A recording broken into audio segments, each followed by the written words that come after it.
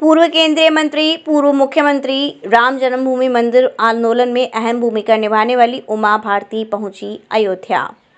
अपने गुरुजी की 60वीं पुण्यतिथि पर पहुंची थी अयोध्या। बोली, अवसर मिला, प्रशासन ने व्यवस्था बना दी तो रामलला के भी दर्शन करूंगी।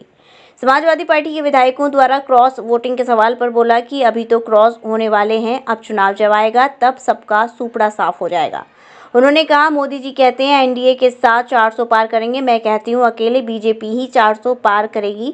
एनडीए की सीट उसके अलावा होगी, सरकार एनडीए की ही बनेगी। राहुल गांधी के सवाल पर, जिस पर राहुल गांधी ने बोला था कि राम लहर नहीं है, जय श्री राम के नाम पर पैसा लूटा जा रहा है, उस पर उमा भारती जी ने बोला कि राम की लहर ही नहीं, राम की हुमार है, समुद्र हुमार है, सनातन से अनादि काल तक धरती पर राम ही हैं। राहुल गांधी का बोलना उनकी मजबूरी है, क्योंकि उन्होंने अपनी एफिडेविट में ही राम का अस्तित्व नकार दिया था। जिन्होंने राम के अस्तित्व को माना ही नहीं है, उनको ना लहरें दिखेंगी ना हिलोर दिखेगा। गठबंधन पर उन्होंने बोला कि कुछ भी नहीं है, गांठ ही नहीं जुड़ेगी। विपक्ष ने ठीक से अपनी जिम्मेदारी की भूमिका नहीं निभाई, क्योंकि विपक्ष की भी देश के प्रति जिम्मेदारी होती है। खाली आलोचना करना उसका काम नहीं होता, कुछ जिम्मेदारी भी होती हैं जो उन्होंने नहीं निभाई। जो एंटी एनालिसिस का वोट पड़ेगा वह विपक्ष के खिलाफ पड़ेगा कि आपने विपक्ष का रोल ठीक से नहीं निभाया। जो मुख्य मुद्दे थे, जो उठाए जाने थे, वह आपने नहीं उठाए। आपने वह मुद्दे उठाए जिनको हम अपना अपमान समझते थे, जैसे राम लहर। इसलिए वोट आप हमारे खिलाफ नहीं पड़ना है, उनके खिलाफ में पड़ना है। इसका असर ये लग रहा है कि कांग्रेस लोकसभा चुनाव में 15 से 20 सीट पर निपट जाएगी। लोकसभा में मुश्किल से 15 से 20 सीट मिलेंगी कांग्रेस को।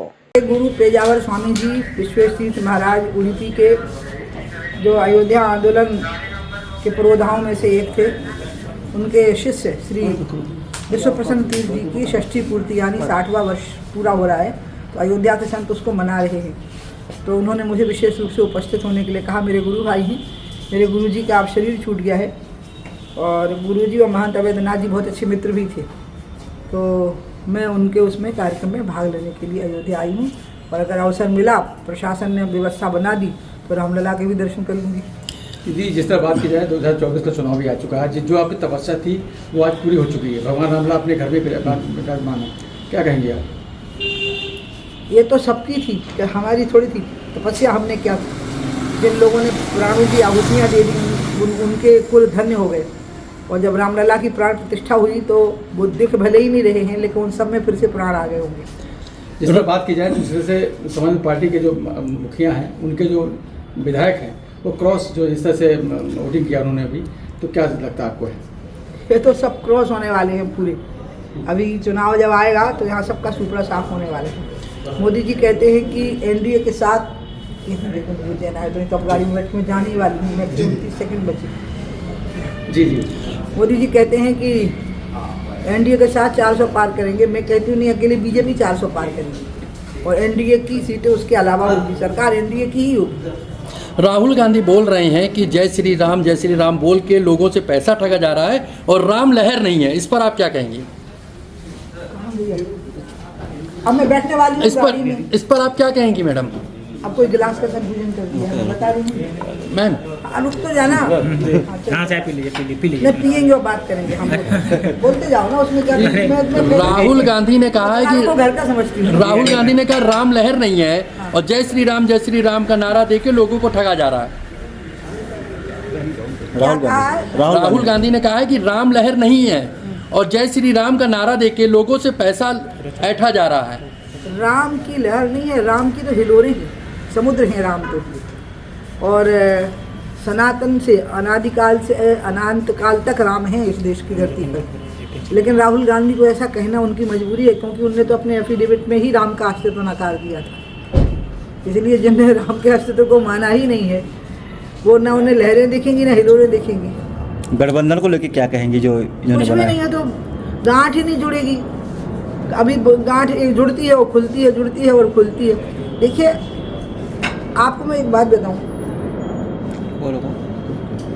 क्योंकि आप लोग घर के हो, आप इस बात को स्वीकार कर लीजिए कि विपक्ष ने ठीक से जिम्मेवारी से अपनी भूमिका नहीं निभाई है, क्योंकि विपक्ष की भी देश के प्रति जिम्मेवारी होती है।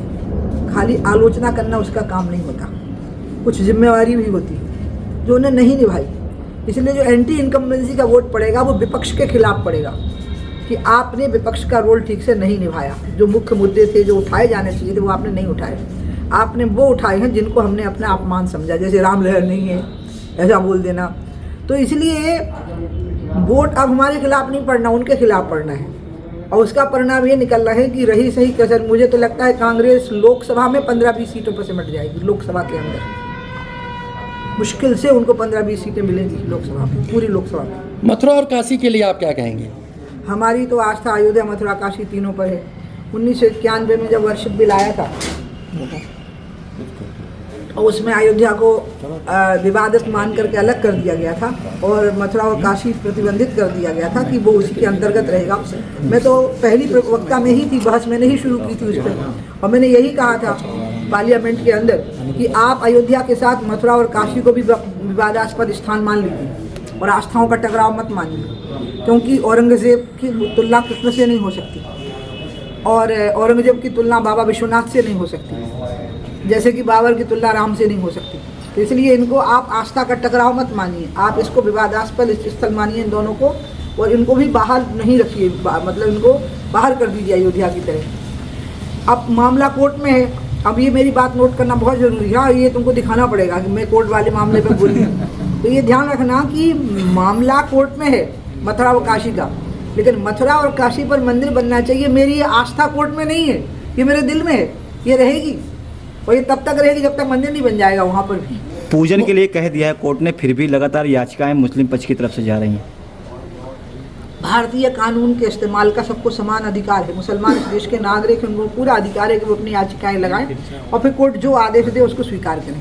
मुख्यमंत्री जी ने कहा था कि मथुरा और काशी हमको दे दो, बाकी सारी मस्जिद तुम ले लो, इस पर आप क्या कहेंगे? नहीं, इसमें क्यों कहना है, तो मैंने कहा था पहले पार्लियामेंट में, जब मुख्यमंत्री जी चुनाव भी नहीं लड़े थे लोकसभा का, ये तो मैं कह चुकी हूँ इस बारे में। दिल्ली में मैं बहुत पहले 91 में कह चुकी हूँ, लेकिन अयोध्या के साधु जी ने मेरी बात रिपीट कर दी। अयोध्या के साधु संतों का कहना है कि हम बाकी मस्जिद भी क्यों दे दे, जहाँ पे मंदिर का अस्तित्व है वो हम लेके रहेंगे। अब आप ऐसा करो, उनकी डिबेट आप आपस में करा दो, मेरे को इसमें मत फंसाओ। मेरी अयोध्या, मथुरा और काशी में आस्था है और ये आस्था कभी कम नहीं होगी। अयोध्या का काम संपूर्ण हो गया, मैं मथुरा और काशी का वेट कर रही हूँ। दीदी पहले अब क्या अंतर है? पहले आप आई 22 जनवरी को, आपके आंसुओं को भी जनता दुनिया ने देखा। अब कितना बदलाव अयोध्या में लग रहा है आपको? नहीं, मैं नहीं रो रही थी 22 जनवरी को, आपको कुछ गलतफहमी हो गई। नहीं, वीडियो वायरल हुआ था उसमें। आपकी अयोध्या में दीदी क्या नहीं, पहले क्लियर करो कौन रो रहा था। वो आप नहीं थे। ठीक है, अब कितना बदलाव लग रहा है आपको? बीमार हो रही जी, तीन उनके आंसू लोग पहुंच रही थी। मैं वो भावुक हैं बहुत, मैं अपनी भावनाओं का पब्लिक डिस्प्ले नहीं कर पाती हूँ, तो इसलिए मैं नहीं रो रही थी। दीदी माँ बहुत भावुक हो गई थी मेरे हृदय से लग के, और दीदी माँ रोने लगी तो मैंने उनको पुचकारा, दुलारा, शांत किया और उनको कहा देखो रामलला के दर्शन करो। हम दोनों ने मिलकर साथ में रामलला के दर्शन किए थे। जी, अब दीदी पहले की अयोध्या आप आती रहे, अब अयोध्या में क्या अंतर दिख रहा है आपको? अब मैं आपको दूसरी बात बताऊं, हम लोग को क्या होता है, हमारी व्यवस्था, हमारे आसपास भीड़ ऐसी होती है कि हमें छड़ें दिखती हैं, सीमेंट दिखता है, धूल दिखती है, तो एक्चुअल हम व्यवस्था ये देख पाते हैं कि सब कुछ ठीक से है कि नहीं, लोग परेशान तो नहीं। उस दृष्टि से अयोध्या ने अपने आप को बहुत अच्छे ढंग से तैयार किया है। विश्व स्तरीय चिकित्सा सुविधाओं से युक्त JP diagnostics, radiology and pathology centre, Mathura का पहला complete radiology and pathology diagnostic facility से सुसज्जित। Doctor Deepak Agrawal and doctor Nidhi Agrawal, JSR tower, Govardhan crossing, NH90, Mathura.